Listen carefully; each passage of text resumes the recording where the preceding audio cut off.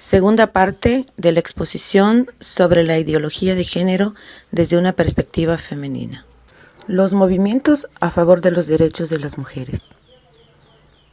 Si no eres capaz de ponerte en pie para defender algo, acabarás cayendo por cualquier cosa. Alexander Hamilton.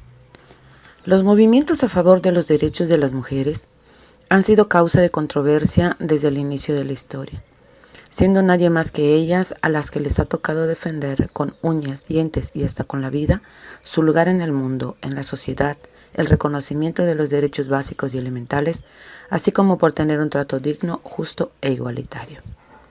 Desgraciadamente, a estas alturas de la vida, las mujeres siguen siendo amenazadas y menospreciadas, por lo que sigue siendo prioritario alzar la voz, tal y como lo han hecho desde hace 3 siglos en los que han abierto brecha y logrado pequeños avances.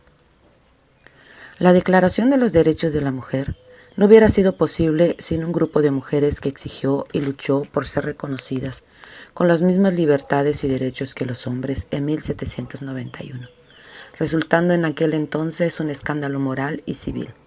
Sin embargo, lo lograrían 2 años después, cuando Mary Wollstonecraft publicó un manifiesto reclamando inclusión de las mujeres dentro de la sociedad civil.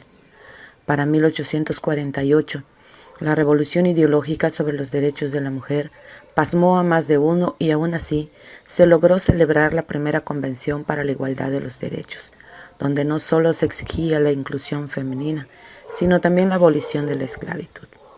Y mientras los hombres podían votar libremente, a las mujeres les costó más de 30 años de lucha para alcanzar ese derecho, siendo Nueva Zelanda el primer país en el mundo donde las mujeres podían votar en igual de condiciones.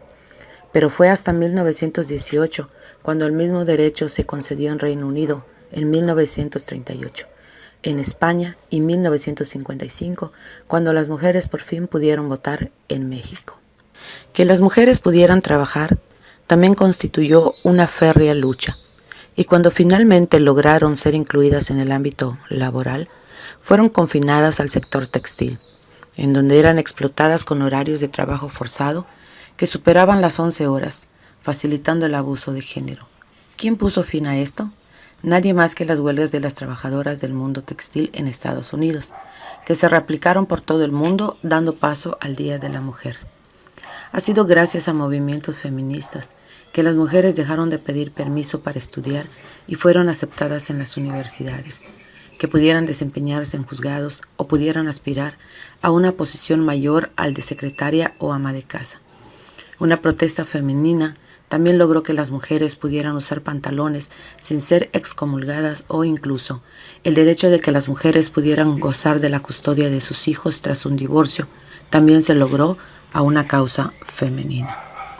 Así que antes de etiquetar, desacreditar o juzgar, habríamos de pensar que su lucha no es por otra cosa más que el ser reconocido con los derechos básicos para cualquier persona. En el año 2001, en México, se crea el Instituto Nacional de la Mujer. Su antecedente, el Programa Nacional de Integración de la Mujer al Desarrollo de 1980 y la Comisión de 1985 para la Tercera Conferencia Mundial sobre la Mujer. Tiene como uno de sus objetivos primordiales impulsar el ejercicio pleno de los derechos de las mujeres en México, mediante el desarrollo de una cultura de igualdad y equidad libre de violencia y discriminación. Una de las principales estrategias que se plantean para lograr este propósito es la difusión, sensibilización y capacitación del tema de políticas públicas con perspectiva de género, pues solo mediante el equilibrio de poderes entre mujeres y hombres y la igualdad jurídica y de oportunidades se obtendrán resultados tangibles en la calidad de vida de la población sin distingo de su sexo. La publicación Derechos Humanos de las Mujeres contribuye a ello una doble vertiente, al apoyar los procesos de sensibilización y capacitación y divulgar los fundamentos jurídicos de los derechos humanos de las mujeres, ambos aspectos claves en el anclaje de los procesos de institucionalización y transversalización de la perspectiva de género en las políticas y programas del Estado mexicano. Los derechos de las mujeres. La igualdad de género. El varón y la mujer son iguales ante la ley. Artículo 4 constitucional. La igualdad de género consiste en que los diferentes comportamientos, aspiraciones y necesidades de mujeres y hombres se tomen en cuenta, valoren y promuevan de la misma manera. Esto es, que los seres humanos tienen derecho a vivir libres de cualquier forma de discriminación por motivos de sexo. Derecho a la educación. La educación que imparta el Estado tenderá a desarrollar armónicamente todas las facultades del ser humano y fomentará en él a la vez el amor a la patria y la conciencia de la solidaridad internacional en la independencia y en la justicia. El criterio que orientará a la educación se basará en los resultados del progreso científico, luchará contra la ignorancia y sus efectos, la servidumbre, los fanatismos y los prejuicios. Artículo 3 constitucional. Es necesario que los contenidos educativos se estructuren de acuerdo con las diferencias, tanto geográficas como culturales, así como con las necesidades específicas de las mujeres. Necesitamos una educación que promueva el desarrollo intelectual y emocional, así como el respeto a los derechos humanos. Tenemos derecho a que las mujeres de todas las edades recibamos educación que no sea discriminatoria y que promueva los valores de la solidaridad, la equidad y el respeto. Alcanzar niveles educativos cada vez más altos, recibir capacitación que permita ampliar nuestras posibilidades de desarrollo laboral. Derecho a la salud. Toda persona tiene derecho a la protección de la salud. Artículo 4 constitucional.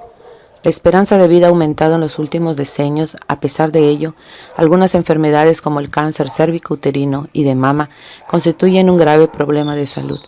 En nuestro país, muchas mujeres de zonas urbanas y rurales, especialmente de poblaciones marginadas, enfrentan grandes dificultades para recibir atención médica y cuando se les proporciona, esta suele ser deficiente. La salud, tanto física como mental, es uno de nuestros derechos más importantes.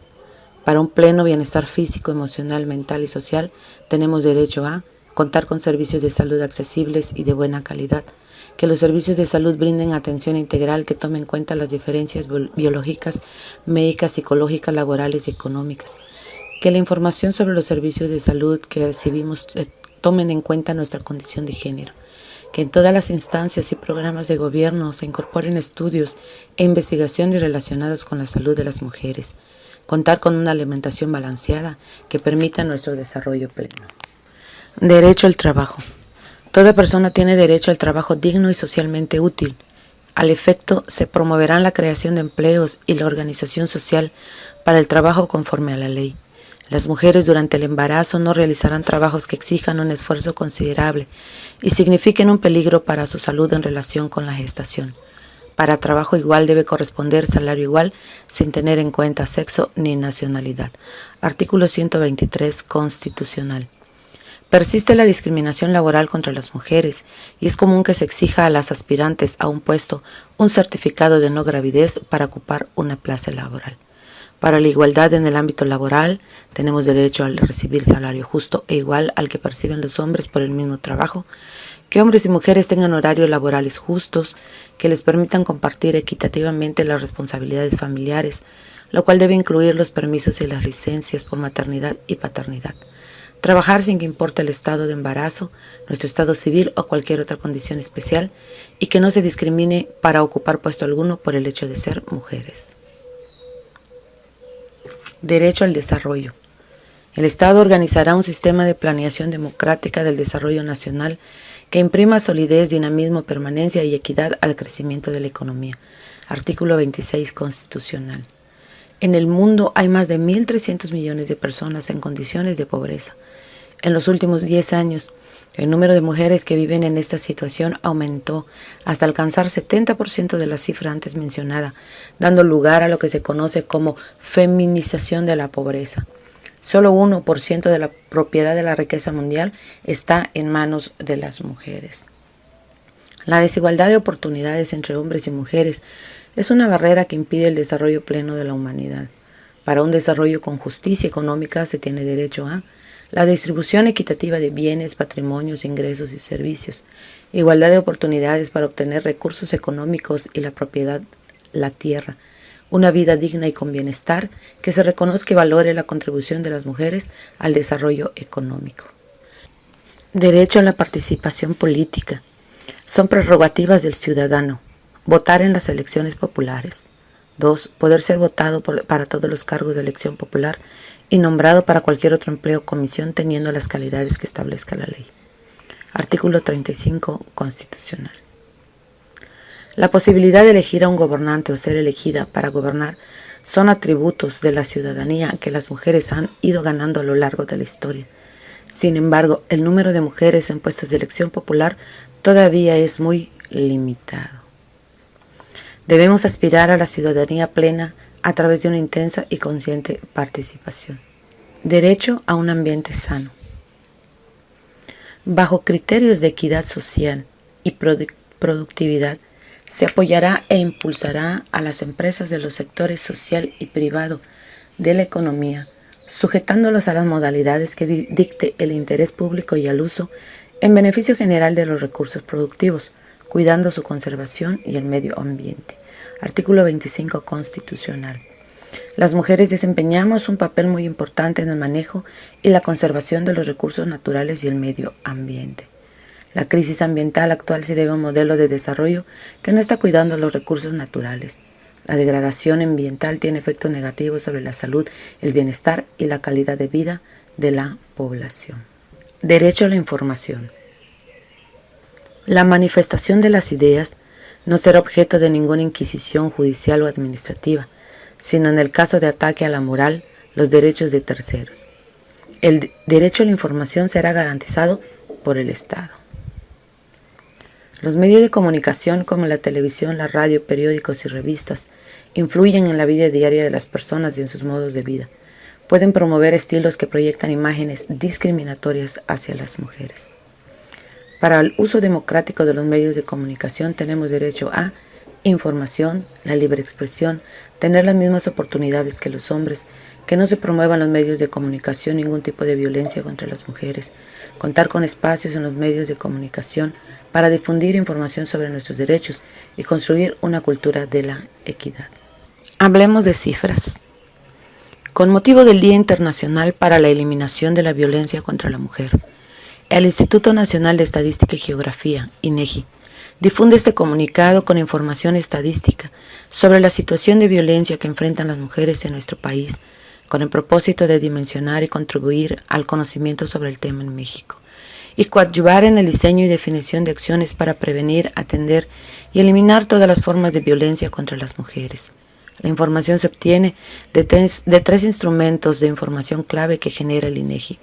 La Encuesta Nacional sobre la Dinámica de las Relaciones en los Hogares, ENDIRE 2016, la Encuesta Nacional de Seguridad Pública Urbana, ENSU, y los registros administrativos de los Censos Nacionales de Gobierno. Los resultados de la ENDIRE 2016 indican que 66 de cada 100 mujeres de 15 años o más de edad que viven en el país han sufrido al menos un incidente de violencia de cualquier tipo a lo largo de la vida.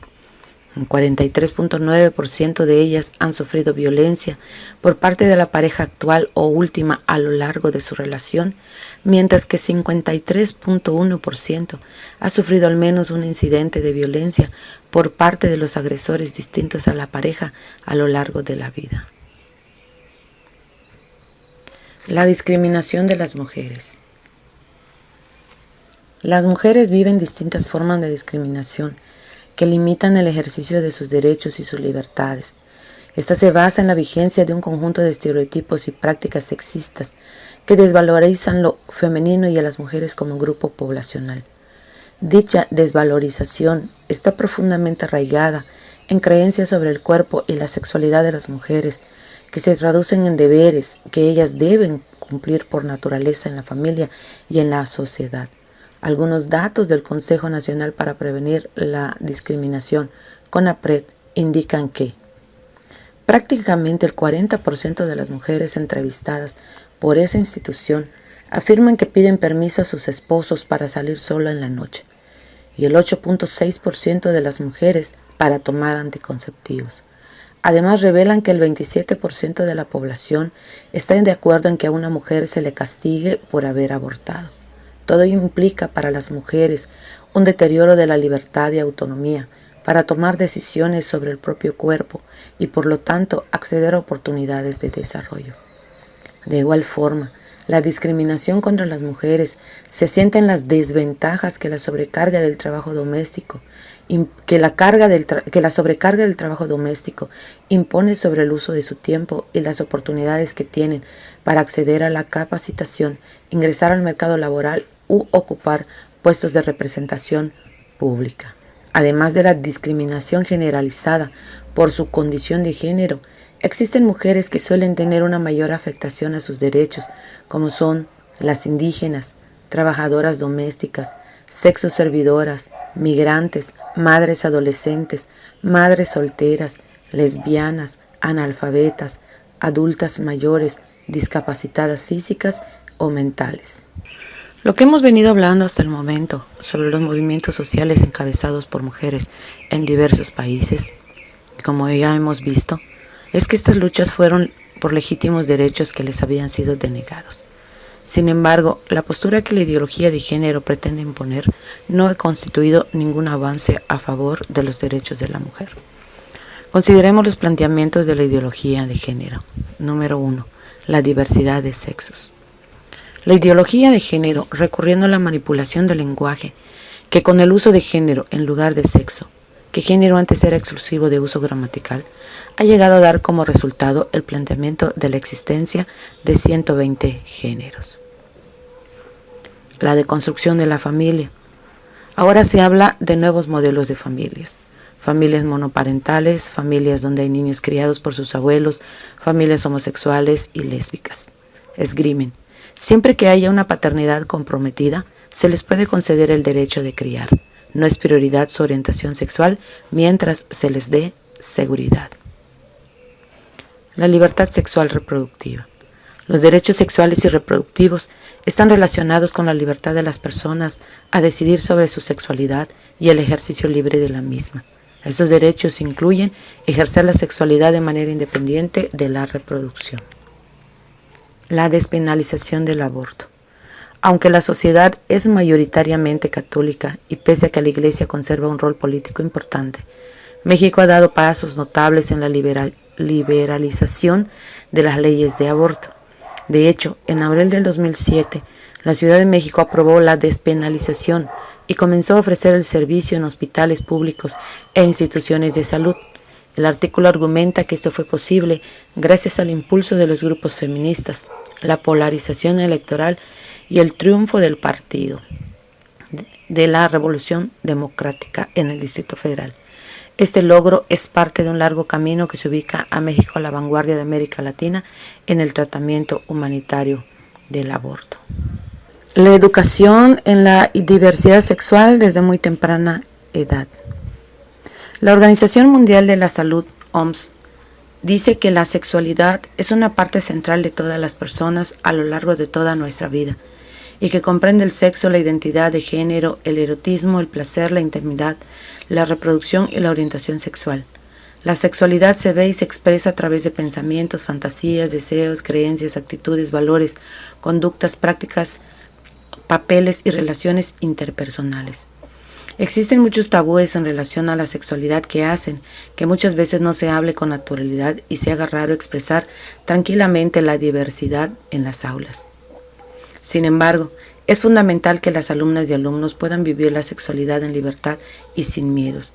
Teniendo en cuenta la diversidad existente, es un derecho y debemos garantizarlo. La comunidad educativa tenemos un papel clave para apoyar a chicas y chicos a aprender a ser libres y también la responsabilidad de que se respeten los derechos de los trabajadores y trabajadoras de la enseñanza, así como de las familias diversas. Necesitamos trabajar sobre las emociones, que éstas se puedan nombrar, se puedan identificar y se puedan gestionar. Necesitamos alumnas y alumnos que puedan hablar de cómo se sienten sin sonrojarse, sin temblarle la voz y sin sentir que el mundo se va a acabar cuando alguien descubra lo que sienten. Vivir libremente la sexualidad requiere que se cumplan los derechos sexuales y reproductivos. Algunos de estos derechos son tener información y educación sobre sexualidad, el derecho sobre el propio cuerpo, el deseo, la identidad, la orientación y la forma de expresarlas. Tener derecho a mantener relaciones sexuales o no y elegir con quién. Es muy importante destacar también que hay que enseñar el derecho a la intimidad de forma que nadie haga pública nuestra intimidad sin nuestro permiso. La gestión de la diversidad consiste en aprender y entender que todas las personas somos especiales, diferentes, y tenemos que construir espacios en los que podamos vivir sin sentir miedo a decir lo que pensamos, lo que queremos o lo que nos gusta.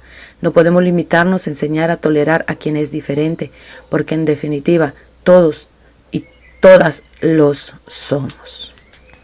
Esto es lo que esgrime precisamente la diversidad sexual y de género en el aula. Últimas consideraciones sobre las ideologías. Número 1. Una ideología junto con sus postulados debe luchar por crear una sociedad más justa para todos, hombres y mujeres. Número 2. Las ideologías son cambiantes porque la forma de pensar del hombre mismo cambia y lo que un tiempo pudo haber sido lo ideal no siempre será. Aún las leyes de los países cambian. Solo la Biblia no cambia, como bien diría el profesor Castañeda en su exposición sobre las leyes relacionadas con la ideología de género y cómo se entienden. Número 3. Una ideología no siempre representa la totalidad del pensamiento social, sino solo una de las partes y comúnmente la de unas minorías. Número 4. Una ideología sí puede llegar a ser peligrosa porque pretende ser la única que tiene la verdad absoluta. ¿Y usted qué opina? Saludos y buenas tardes al Grupo de Instrucción Teológica aquí desde Cozumel. Soy el pastor Salomón de la Cruz. Quiero agradecer a la licenciada María Luisa Calderón, quien ha estado compartiendo un tema muy importante, sumando a todo lo que en otras exposiciones también se ha contribuido, y ella está hablando desde la perspectiva femenina. Aquí también aclarando, desde luego, que una cosa es la perspectiva feminista y otra cosa es la perspectiva femenina. Que una cosa, siempre el ismo hace la diferencia, ¿verdad? Cuando hay una cuestión tendenciosa siempre lleva la palabra ismo. Pero, por ejemplo, las acciones feministas no son lo mismo que las acciones de las mujeres. Por ejemplo, en el tema de lo que ha ganado las acciones de las mujeres, por ejemplo, el Día Internacional de la Mujer y otras celebraciones, no es por la lucha feminista, sino por la lucha de las mujeres. Y esto es algo muy interesante al respecto. También hay que aprender a distinguirlo, porque de pronto todo es conspiración, de pronto todo es, de alguna manera viene de grupos que están conspirando en contra de la humanidad. No es así. El Día Internacional de la Mujer no está fomentado por grupos que están conspirando contra la humanidad. O, por ejemplo, yo he escuchado que incluso hasta las celebraciones del 10 de mayo, que fue promovida por una mujer de corte metodista, pero pues algunos dicen que viene de las conspiraciones y tantas cosas. Entonces yo creo que en ese sentido hay que ser equilibrados al acercarse a esa temática. Y bueno, pues allá la profesora nos ha preguntado, y a todo el grupo que participe, ¿verdad? ¿Qué son los derechos humanos? Es una de las preguntas que allí se asoman, y es precisamente como su nombre lo dice, aquellos derechos que le corresponden al humano por ser humano y que nace con ellos. Son derechos inalienables que están por derechos naturales dentro del ser humano. Ya se ha explicado que uno de los primeros derechos es la vida. De ahí vienen todos los demás derechos, porque si no tienes el derecho a la vida, pues no, ninguno de los demás derechos te va a funcionar. Dice la pregunta, ¿los derechos humanos tienen un género? Bueno, cuando se habla de derechos, es derechos humanos. Está hablando de la humanidad en general, pero sí hay especificaciones, creo que válidas al respecto, porque, por ejemplo, cuando se habla de los derechos de la mujer, se da por una necesidad muy importante, incluso los derechos de los niños, que también se da por una necesidad muy importante, especificando a diferentes personas que son objetos de esos beneficios, de esos derechos naturales. Pero aquí yo quiero, en el segundo audio que voy a presentar, hablar un poquito más acerca del término género. Para mí es muy importante que entendamos el concepto de qué es género.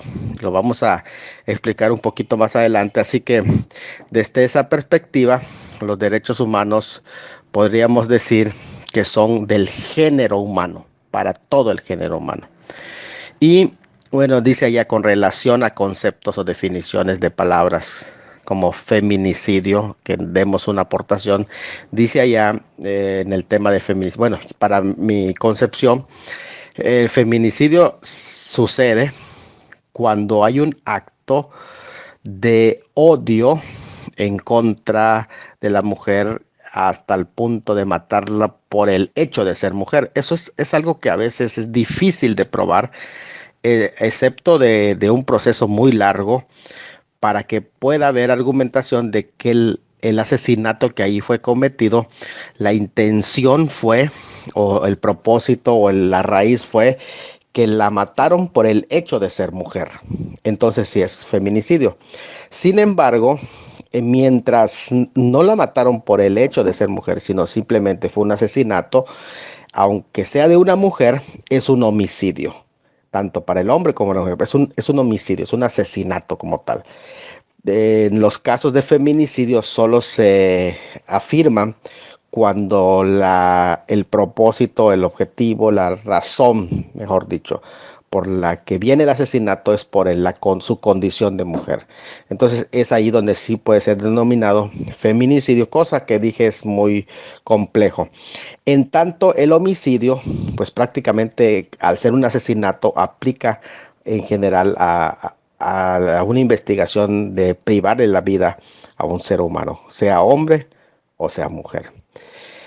Bueno, dice allá, interrupción del embarazo. Bueno, aquí la palabra interrupción me parece que es muy mañosa para hablar de esta temática, porque el interrumpir, fíjate que interrumpir significa detener o impedir momentáneamente la continuidad de un proceso, una acción o un asunto. O sea, cuando digo momentáneamente es que lo pospones. Entonces no puede ser interrupción el llamado interrupción del embarazo al aborto, porque el tema ya es aborto, que es expulsión del vientre de la madre, definitiva. Y no puede ser un llamado interrupción. ¿Por qué? Porque esta palabra quiere decir que es una detención momentánea de ese proceso, del embarazo. Por lo tanto, si es interrupción, requiere que se reanude el seguimiento de ese proceso luego, hasta que llegue al parto. Entonces, no es interrupción, es aborto como tal. Solamente que se utiliza otro término, porque aquí el término aborto es eso, es expulsión del feto humano del vientre de la madre. Ahora, dice allá, hay otro término que es nuevos modelos familiares que se utilizan. Es un concepto que ahí se utiliza, nuevos modelos familiares. Bueno, ahí lo que se está hablando es de la inclusión en el concepto de familia, y ese concepto de familia se ha venido cuidando, que es el concepto que se ha manejado tradicional, pero se ha discutido muchísimo ese concepto sobre nuevos modelos de familia. Y a mí se me hace que es un buen momento para entender que nosotros los evangélicos, nosotros los creyentes, no estamos en contra, escuchen esto, no estamos en contra de los homosexuales, no estamos en contra de que cada persona decida tener convivencia con una pareja de su mismo sexo, lo que quieran, sus decisiones, elecciones personales. Lo que nosotros estamos en contra es que se reemplace el concepto constitucional de familia, que está establecido como integrado por un hombre y una mujer, que tienen que se proteja ese concepto de familia. Entonces es algo muy importante al respecto. Y bueno, dice, ¿está de acuerdo con las consideraciones finales sobre las ideologías? Aporte con sus opiniones para enriquecer la temática. Voy a hablar sobre lo que es el tema de género, el concepto de género, porque creo que es algo muy importante. Lo hago en el próximo audio. Voy a comenzar diciendo que no todas las definiciones que vienen en un diccionario significa que es algo correcto. Lo que aparece en los diccionarios, por ejemplo en la RAE, la Real Academia de la Lengua, es el uso que se le da y es lo que se llama la semántica, porque cuando impera un uso, se añade dentro de las definiciones de la Real Academia de la Lengua, porque es un uso que se está dando. No se analiza si es correcto ese término, si es incorrecto en sus orígenes o qué connotaciones éticas tiene, cuál es su historia, no.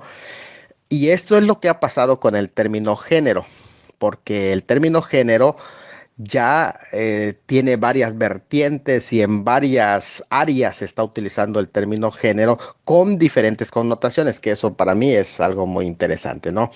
Pero realmente el primer sentido de la palabra género se trata de un grupo a la que se pertenece. Eso es género. Género es un grupo al que se pertenece. No es algo que nosotros tenemos. Por ejemplo, seres humanos no tenemos género, sino que pertenecemos a un género. Eso es un concepto que necesitamos aclarar, porque de pronto puede venir confusión. Yo quiero que quede muy claro esto en este sentido y se puede dialogar al respecto. Entonces, no tenemos un género, más bien el género es algo que somos. Por ejemplo, nosotros somos del género humano.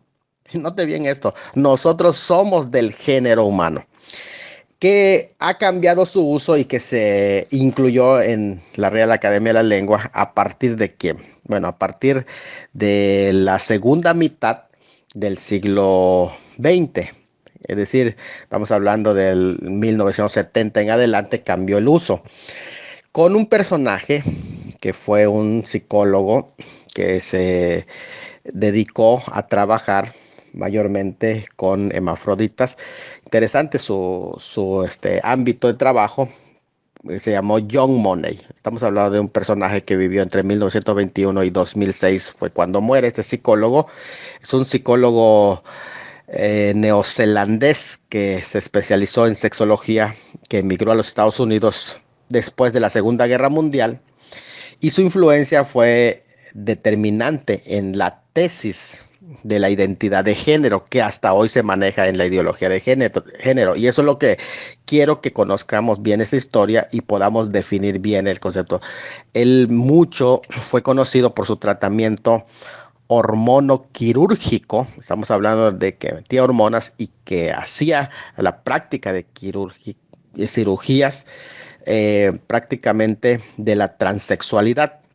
Su experimento de reasignación de sexo, porque él decía que el sexo es una asignación social y entonces él practicaba la operación de cambio de sexo, pero su experimento fracasó, culminando con el suicidio del paciente David Reimer. Esto es importante que lo investiguen y que puedan hacer más profundidad de esta historia, porque es una historia tremenda que, aunque algunas escuelas de psiquiatría y psicología manejan eso, y de sexología, manejan esta idea, esta teoría, es una teoría falida. Él consagró su obra a defender la idea de la independencia radical del hábitus social, es decir, del contexto social con respecto al sexo biológico. Consideraba preponderante el concepto de sexo de asignación y de crianza, o sea que ahí la persona es hombre o mujer de acuerdo a cómo lo crían, de acuerdo a cómo lo enseñan, no que haya nacido hombre o mujer. Él fue quien trasladó el término género de las ciencias del lenguaje a las ciencias de la salud. Entonces, hablo del traslado de la gramática, porque originalmente el término género es un término gramatical, pero aquí yo quiero aclarar algo, ¿verdad? El término género que se usa en gramática, que dice género masculino, género femenino o género neutro, no asigna un sexo a lo que dice. Por ejemplo, tú puedes ser el hermano, ya vino a la iglesia, o esta persona ya vino a la iglesia, pero eso, el hecho de que una afirmación está en femenino y otra afirmación está en masculino, no cambia tu sexo. Eso no tiene nada que ver, eso es una expresión gramatical de las palabras. Escuche, lo que asigna es el género a las palabras, no a las personas. Pero ¿qué es lo que pasó con Money? Money, esa asignación de género gramatical lo trasladó prácticamente a las ciencias de la salud, cuando aún estaba investigando problemas de hemafroditismo en el Departamento de Psiquiatría y Pediatría del Hospital de la Universidad de Johns Hopkins. Sus investigaciones en este campo cambiaron la percepción de los conocimientos que se tenía hasta el momento sobre lo que era sexo, porque hasta ese momento el sexo era hombre o mujer. Y después, no sé si ustedes se dieron cuenta que luego dice sexo femenino, sexo masculino. Bueno, pues ya empezó a cambiarse varias connotaciones, incluso ahora el término género. Bueno, formó parte este personaje, John Money, que es muy importante y me gustaría que lo investiguen. John Money formó parte del movimiento de liberación sexual de la década 1960-1970. Para ello vino como anillo al dedo, y en esa época, pues que se revolucionó el tema de la revolución sexual, pues la teoría de John Money de que el sexo no se nace, sino que es asignado por los padres y por la presión social, es reconstruido socialmente. Entonces se empezó a trabajar sobre esta cuestión de género. Pues en este caso, yo invito para que investiguen lo que se le conoce como el caso Reimer. Vuelvo a reiterar, el caso Reimer. Se habla del caso Reimer, que fue de Money, su fundamentación, en el que se basaba toda su prueba publicada por él mismo a inicio de los 70, 1971 más o menos, y él afirmó que está probado completamente que la sexualidad es enseñada por la presión social. Entonces, en este caso, como una construcción social. Y aunque podemos decir que el género en realidad tiene una construcción social en el sentido de podríamos decir, de todo lo que le podríamos llamar como las clasificaciones, porque los hombres lo van haciendo clasificaciones, pero no en el sentido que maneja Money y que la ideología de género tomó. De hecho, era toda su publicación donde él decía que sí, que él daba como prueba a este personaje, precisamente David Reimer. Él lo usaba como prueba en su libro, pero resulta que un investigador que en 1997 se llamó Milton Diamond, él, como un periodista investigador, informó que la reasignación que Money tanto se gloriaba y que los hospitales psiquiátricos, psicológicos y de sexualidad escuelas de sexualidad habían tomado de él, pues fue evidenciado porque informó que David Reimer había sido un fracaso en los tratamientos que había dado este personaje, precisamente porque Money no había logrado hacer que David, que le cambió de sexo y que le asignaron un nombre ahora de mujer, que no había logrado superar eso. Él seguía entendiendo que él era hombre. Así que Milton Diamond informó que la reasignación había sido todo un fracaso. Y el 5 de mayo del 2004, después de todas esas publicaciones, estamos hablando de 2004, David Reimer se suicidó porque no pudo sobrellevar eso. Posteriormente, ya su padre también, por sentimientos de culpabilidad, también se suicidó. Así que la publicación de Money, aunque influyó su error y se propagó hasta el día de hoy, influyó en la propagación de dos errores principalmente. ¿De cuál? Errores. Primero, de que género es sinónimo de sexo. Cuando hablamos de sexo, es femenino, masculino, y que hay más géneros aparte de femenino y masculino, así como en el gramatical hay neutro. Y de que se trata, el segundo error, es de que género es un constructo social, es una construcción social. Esos dos errores, o sea, al usarlo como sinónimo, incluso dentro de los grupos radicales que están en contra de la ideología de género, utilizan el término género como sinónimo de sexo. Es decir, ¿cuál es tu género? Género femenino y género masculino. Y eso es un error de la influencia de Money. Pero el otro error también es que se trate de una construcción social. Miren, ¿por qué es un error lo primero cuando decimos que el género, según Money, era sinónimo de sexo, en ese sentido masculino, femenino o neutro? Porque el sexo es distinto a género, por razones biológicas. Y es claro que el sexo, como ya incluso en la exposición anterior, nuestra hermana había explicado las diferencias entre hombre y mujer, sexo biológico, nuestra hermana de República Dominicana, y ha explicado correctamente. Es claro que el sexo está determinado por el ADN, es decir, por los cromosomas. Y si dentro del cromosoma hay alguna Y, escúchenlo bien, una Y, es hombre. Puede haber variantes en XY o YY, pero si hay una Y nada más, es hombre. Si solo existe X, puede incluso haber variantes, XX, pero si no hay, mientras no hay ninguna Y, es mujer. Eso es lo que refleja el análisis de ADN en esos días, que por cierto, en ese tiempo se estaba iniciando y no se podía descartar directamente la teoría de Money. Esa es la razón por la que prosperó. Posteriormente, pues ya tenemos estos datos ya científicos. Además, solo hay dos gametos muy claros que son óvulo y espermatozoide. No hay un tercero y por lo tanto no puede existir un tercer sexo como el que le llaman intersexual. No puede existir porque o eres X o eres Y. Si existe una Y, ya es hombre. Definitivamente, con todas las confusiones que puedan existir, pero si existe una Y es hombre.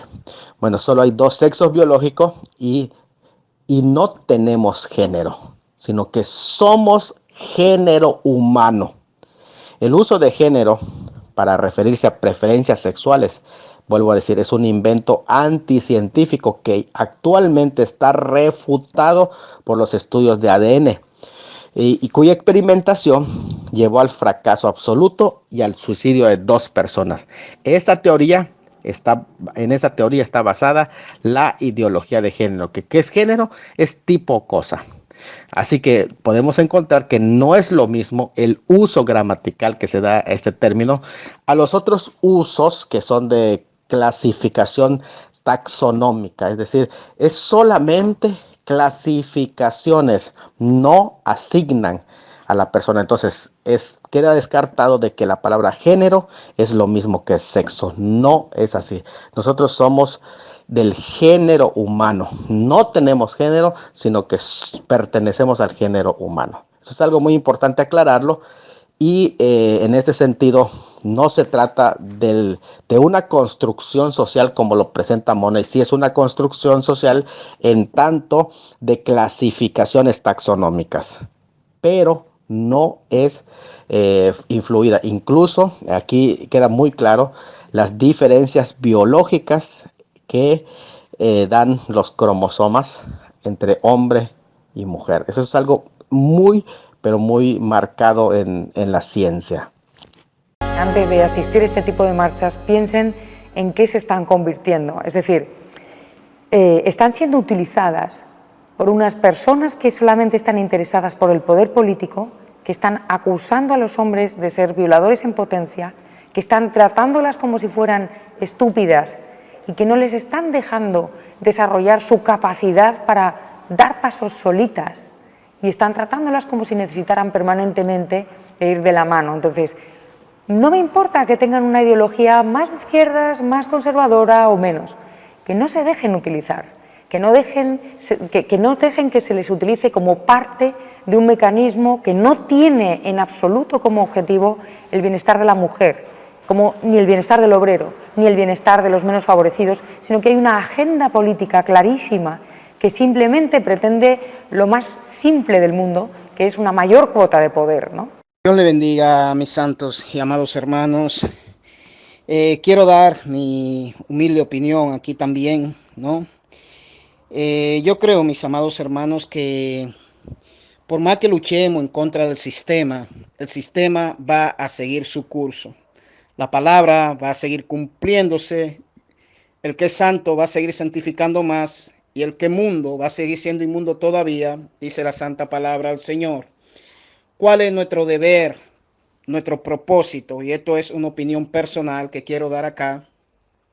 Yo creo que es el mismo propósito del Señor Jesucristo. ¿Cuál fue el propósito del Señor Jesucristo cuando vino a esta tierra, a su pueblo? Gloria a Jesús, a Israel, donde nació. Vemos que, y todos sabemos, ¿no?, que el imperio romano era que estaba dominando en aquellos tiempos a Israel. Obviamente, parte de la no aceptación al Señor Jesucristo fue que ellos esperaban un guerrero que lo iba a libertar de la esclavitud del yugo romano. Mas, sin embargo, vemos a un Cristo diferente que se enfocó, gloria a Jesús, en lo que vino, y fue a libertar, pero no del yugo o la esclavitud del imperio romano, sino a libertar del pecado. ¿Qué le quiero decir con esto, mis hermanos? ¿Que estemos de acuerdo con todo esto? No. Pero por más que luchemos en contra del sistema, el sistema va a seguir su curso en el cumplimiento de esas palabras proféticas que primero pasan cielo y tierra antes que deje de cumplirse. Entonces todos sabemos que esto va a ir de mal en peor. Todos sabemos, gloria a Dios, hacia dónde se dirige, y también todos conocemos su final. Por lo tanto, yo pienso, y esto es, vuelvo y le digo, una opinión personal, que no debemos desenfocarnos en una lucha continua con el sistema, ya que, vuelvo y reitero, por más que peleemos en contra del sistema, el sistema va en el cumplimiento de la palabra misma, y que todos sabemos al final cuál va a ser su final. Por lo tanto, nosotros lo que debemos es de enfocarnos, vuelvo y reitero, en lo que se enfocó el Señor Jesucristo, gloria a Dios, y es en llevar la palabra de vida para que sean libertados de la cautividad. Gloria a Jesús. Esto es cuestión de tiempo, mis amados hermanos, ya sea en México, bueno, lo mismo que pasó aquí en España. Aquí en España se tiró la iglesia católica, que no son pocos, aquí la mayoría son católicos. Se tiró la iglesia católica a la calle, los provida, en fin, todo, tanto los católicos como los pocos de evangélicos que hay, no, en Madrid principalmente, en esas ciudades grandes, pues se tiraron a las calles. Incluso los no católicos o que no profesan ninguna religión, pero que son pro vida, se tiraron a la calle. Eso era un mar de gente. Pero esto lo único que hizo fue retrasarlo un poco. Hoy día todo esto ya está establecido por ley. El sistema sigue su curso. Por más que se brinque y se salte, el sistema sigue su curso. Entonces yo prefiero pelear esta lucha que no es contra carne ni sangre, gloria a Dios, no desde la calle protestando en contra del sistema. Prefiero pelearla, gloria a Jesús, de rodillas, gimiendo y clamando a Dios misericordia y llevando la palabra de Dios para que salgan de la cautividad espiritual. Yo creo que ese debe ser el enfoque principal de nosotros. Lo mismo pasó en República Dominicana. En tiempo pasado esto se propuso, se llevó también, ¿no?, al Parlamento, y el pueblo se tiró a la calle. Inconversos pro vida, las iglesias todas se unieron, se tiraron a la calle, y esto se retrasó, no se dio. De momento, gloria a Jesús, pero vuelvo y reitero, esto va a seguir su curso, y es por eso justamente que Jesucristo está a punto de levantar su iglesia. Por lo tanto, nosotros no debemos desenfocarnos de nuestro cometido en esta tierra, gloria a Dios, en dar por gracia lo que por gracia hemos recibido. Cuando ellos reciban el evangelio y reciban libertad, entonces sí, verdaderamente serán pro vida, conociendo, gloria a Dios, aquel que es el camino, la verdad y la vida. Bendito es el nombre de Jesús. Esta es mi humilde opinión, y es por eso que todo este murmullo en la calle y todo este pleito y todas estas cosas, gloria a Jesús, este mundo está dominado por el príncipe de la tiniebla, gloria a Dios, y en un sistema democrático, entre comillas, donde la mayoría, como dice la palabra, gloria a Jesús, la mayoría es donde incluso hay muchos que dicen Señor, Señor, donde son muchos los llamados, pero pocos serán los escogidos. Bendito sea el nombre de Dios. Entonces, en esa mayoría que incluso han sido llamados, pero que no han sido escogidos, gloria a Dios, y esto no quiero ahora entrar en otro debate aparte, quiero enfocarme en lo que estoy diciendo, gloria a Jesús. Entonces siempre en este sistema democrático, vuelvo y reitero, entre comillas, van a ser más, porque este mundo está dominado por el príncipe de la tiniebla. Entonces nosotros tenemos que seguir predicando ese evangelio, gloria a Dios, de gloria, para que Jesucristo, a través de su Santo Espíritu, siga haciendo esa obra, trasladando, así como lo ha hecho con nosotros, de la tiniebla a la luz. Y es ahí donde nosotros realmente debemos de enfocarnos, lo mismo que el Señor Jesucristo o incluso el apóstol Pablo, después que Jesucristo tiene un encuentro con él y él entiende su cometido, gloria a Dios, ya él jamás se centró en pelear con los emperadores romanos de aquellos tiempos, gloria a Jesús, sino en llevar ese evangelio en contra de toda oposición demoníaca a través de los hombres principalmente que se interponía, pero su cometido y su único enfoque fue predicar el evangelio, gloria a Jesús, a nosotros los gentiles principalmente, por lo cual lo levantó Dios. Y yo creo que en todo momento y en todo tiempo y hasta que Jesucristo levante su iglesia, ese debe ser nuestro cometido y nuestro enfoque. ¿Por qué? Amados hermanos, porque nadie podrá impedir que la palabra se cumpla. Gloria a Jesús. Y por más que luchemos en contra del sistema, ese sistema corrupto, moralmente principalmente, gloria a Dios, siempre va a ir de mal en peor. Por lo tanto, nuestro cometido y nuestro deber es llevar el evangelio para que más y más cada día salgan de la tiniebla a la luz y se preparen, porque este mundo va a la deriva, pero Jesucristo va a levantar su iglesia. Bendito es el nombre de Jesús. Y luego ya de ahí todos conocemos lo que va a pasar y cuál va a ser el final de la restauración completa de este mundo. Pero de momento usted y yo no podremos impedir que el sistema siga su curso, que el anticristo llegue donde va a llegar y vaya a someter al mundo como lo va a someter, gloria a Dios, como tampoco ellos podrán impedir esa victoria de Jesucristo gloriosa. Bendito sea el nombre de Dios cuando empieza a caer la ira del Señor sobre los hijos de desobediencia. Bendito es el nombre de Jesús. Entonces todo está escrito y nosotros sabemos que se va a cumplir sí o sí. Protestemos o no. Entonces no nos desenfoquemos. Gloria a Dios. Prediquemos el evangelio. Salgamos a la calle atrayéndolo con lazo de amor a esos pecadores, no importa de la forma que estén pecando, pecadores son al fin y al cabo, y todo el pecado es igual, gloria a Dios, ya que como dije el otro día, es uno, lo que hay son muchas maneras de pecar. Entonces ese es nuestro cometido, ese es nuestro enfoque, gloria a Jesús, pero con esto no digo que se queden cruzados de brazos y el que quiera salir a la calle que salga, el que quiera protestar que proteste, es simplemente una opinión personal. Dios le bendiga y le guarde a todos.